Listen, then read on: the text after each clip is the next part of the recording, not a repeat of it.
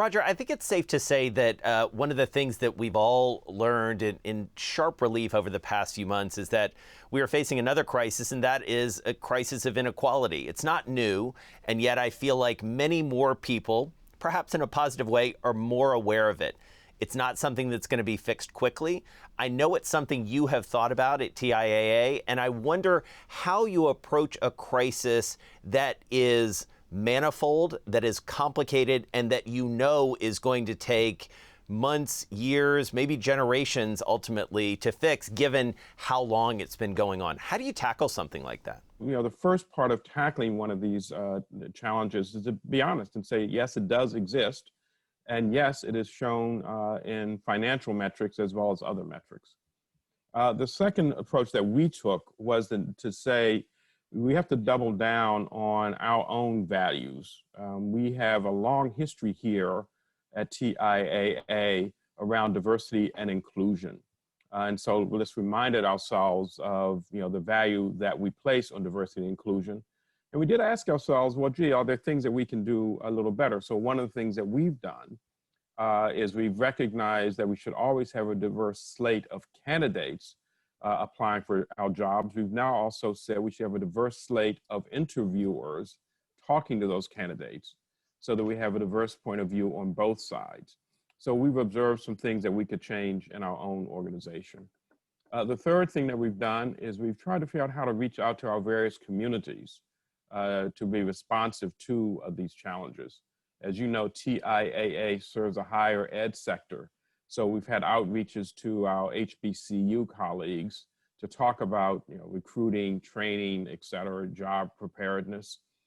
We've also had outreach in our communities where we have a large number of our employees to provide social service activities over the summer.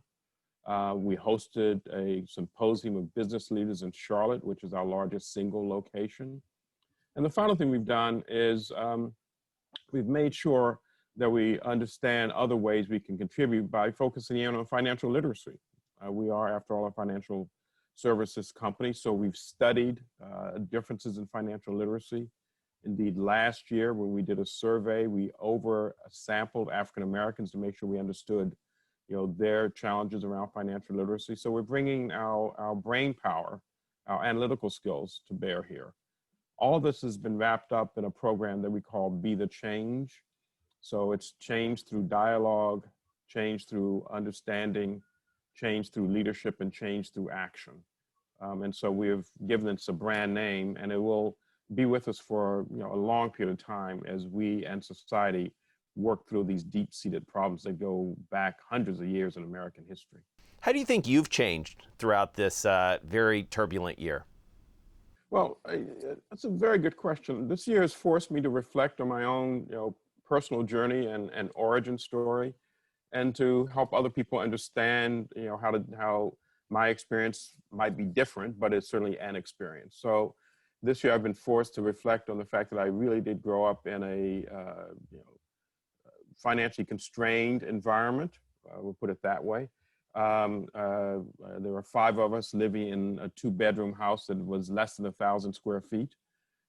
Yet, I also had the benefit of parents who put a great deal of weight on education. My mother in particular always thought of education as this phenomenal, gift that no one could take away from you. And my father put a great deal of weight on financial literacy. We didn't know the phrase at that time, but nevertheless, I'm the beneficiary of that. So this period has allowed me to reflect on how, my origin and origin story, if you will, has been an important part of my journey through life. It's also allowed me to reflect on, how much things have changed and how much things haven't changed. So as I said, I went to segregated schools up through the 6th grade. There was quite a bit of debate and dispute in Washington, D.C. about integrating the schools. And I was a beneficiary of that. I describe myself as the beneficiary of Brown versus the Board of Education, and proudly an affirmative action child when the Ivy League schools were suddenly trying to find qualified African Americans to fill those classrooms. I was fortunate to have been one of those beneficiaries. On the other hand, we see things that haven't changed. We've talked about the economic inequality And even I, as a CEO of a Fortune 100 company, have been mistaken for a waiter in certain locations. You know, I would go into a retail outlet and have the security guard sort of watch me pretty closely.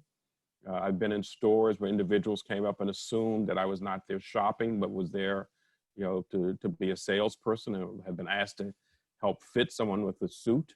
You know, I've had difficulty occasionally getting a taxi. And so, you know, this year has allowed me to reflect on my journey. It's been an American journey. It has had some phenomenal ups and benefits that have led me to be one of the few African-American CEOs. But I'm also reflecting on how, at the end of the day, skin color and race still do matter, even regardless of what, you know, position one may have in life.